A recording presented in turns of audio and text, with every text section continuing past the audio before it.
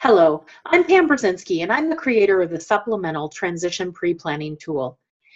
By now, if you're watching this video, you've been contacted by a facilitator of an IEP transition planning team. That means that you're going to be a team member in about a month in an IEP transition planning meeting. Often, when we go to those meetings, it's really hard to know what to say, and maybe we don't feel comfortable participating. This tool was created for you. It was created for you to walk through the process and really think about the elements that you will discuss in that meeting. That will not only help you increase your participation and help develop a quality plan, but it will help the student to feel comforted and involved in that meeting, and then their participation will increase. My goal is to increase your capacity and your knowledge on the transition planning process. Having that information with you when you go into that meeting makes you armed with all of that to be able to advocate for the student. And that's my goal for you, is to be able to advocate for that student and share what you see about their life. I'm going to lead you through the process in 5 steps. I want to go over those steps with you and just explain a little bit about what you will be doing.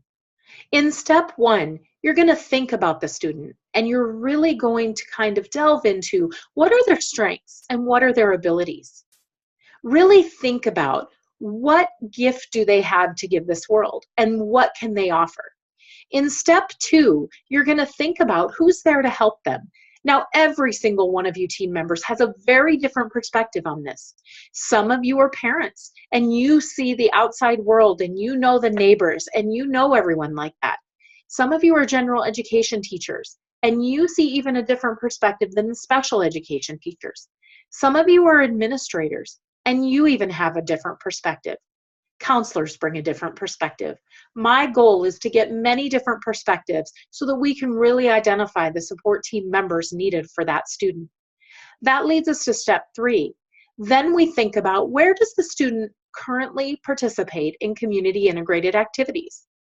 Do they go to church? Do they go to the store? Do they go to school? Do they go to activities? Are they part of a club? Are they part of a team?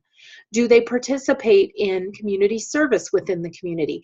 Think really deeply about those things, because step 1, step 2, step 3, and step 4 all come together to help us identify our goals and our needs analysis.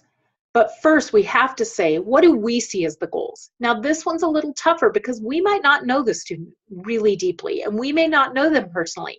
If we don't know the answer, that's all right. But we're going to think about their hopes and dreams and what they've shared with us about what they want. Then we combine all of those steps to analyze the gaps that maybe we can support. Our goal as the transition team is to support those gaps and develop tasks and activities that will lead to stronger skills for the student so that they can have a more positive outcome.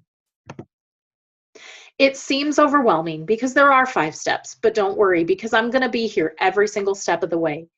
At the beginning of each step, there will be a direction sheet, and I will model for you what to put in verbally. So don't worry at all. It's going to be an easy process, and it's going to help you to be able to help the student in a much stronger way.